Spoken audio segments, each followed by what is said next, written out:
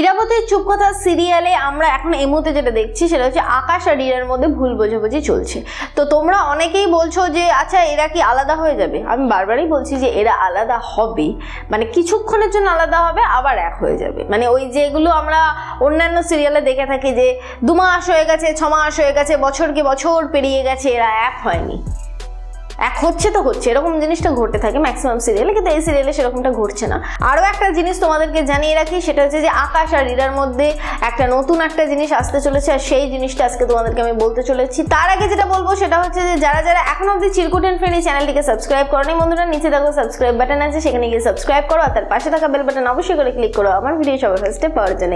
তো যাই হোক, ইরাবতীর চুপকথা সিরিয়ালে আমরা কি কি দেখতে পেয়েছি? ইরাবতীর সিরিয়ালে আমরা যেটা দেখতে পেয়েছি সেটা হচ্ছে যে আকাশ ইরাবতীর মধ্যে একটা ঝামেলা চলছে, কাগজ দেয়া নেওয়া হচ্ছে, ইরাবতী বাড়ি থেকে বেরিয়ে যাচ্ছে, কিন্তু না, ইরাবতী বাড়ি থেকে বেরিয়ে কোথাও যাবে না, সে যাচ্ছে বাগানে, এবং বাগান থেকে আবারও সে ফিরে আসছে আকাশের সাথে হাত ধরে, যেটা হয় আর কি, অভিমান, মান, অভিমান, ভালোবাসা, সেরকমটাই ঘটছে। কিন্তু এরপরে আসতে চলেছে এই সিরিয়ালে আকাশ আর ইরার মধ্যে একটা বড় রকমের একটা চমক, আর সেটা হচ্ছে দেবযানী ব্যানার্জি। দেবযানী ব্যানার্জিকে খুঁজে বার করবে ইরা, এবং তারপরে এই সত্যিটা আনবে যে মোনাই আসলে ছিল কালপিট, যে এতদিন ধরে এত কিছু ঝামেলা ক্রিয়েট করেছে। আমরা জানি অনেকেরই আমাদের রাগ হচ্ছে মোনাকে দেখে, কিন্তু আকাশ চ্যাটার্জির বাবা মাঝে মাঝে কোথায় যায় সেই বিষয়ে আজকে আমি তোমাদেরকে একটু ছোট্ট করে একটা কথা বলবো। সেটা হচ্ছে যে আকাশ চ্যাটার্জির বাবা, কানাঘুষো খবর এরকমটা শোনা যাচ্ছে যে আকাশ চ্যাটার্জির বাবা জানে যে তাকে মোনা বেশ কিছু খারাপ ডোজের ওষুধ দেয়, এবং আকাশ চ্যাটার্জির বাবা এই মুহূর্তে যায় মাঝে মধ্যে, যে বাইরে চলে যায়, আমরা শুনতে পাই যে বিদেশে গেছে, এখানে চলে যাচ্ছে, ওখানে চলে যাচ্ছে, হয়তো সেটা ট্রিটমেন্ট করানোর জন্যে, এবং সে ট্রিটমেন্ট করে নিজের ওষুধগুলোকে আবারও চেঞ্জ করে ভালো ভালো ওষুধ দিয়ে সে যাতে বেঁচে থাকতে পারে সেরকমটাই সে চেষ্টা চালিয়ে যায়। আর এই বিষয়টা শুধুমাত্র উনি জানে, আর উনি খুব ভালো করে জানে যে মোনা আসলে ঠিক কেমন মানুষ।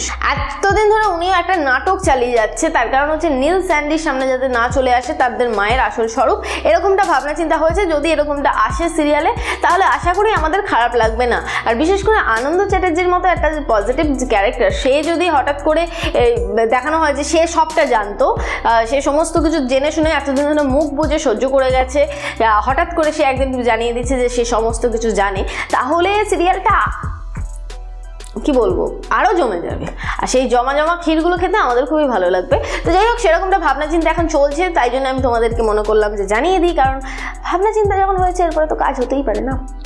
তো যাই হোক, এখন আমাদের দেখার পালা এটা যে ইরাবতী কি করে দেবযানী ব্যানার্জিকে বাড়িতে ফিরিয়ে আনে। তাই তোমরা অবশ্যই করে দেখো সিরিয়াল ইরাবতীর চুপকথা স্টার জলসা এইচডিতে ঠিক সন্ধ্যে 7টার সময়। যারা যারা মিস করছো, এই যে আমি আছি, আমার কাছে যতটুকু যা ইনফরমেশন আসবে সবটাই তুলে ধরবো তোমাদের সামনে।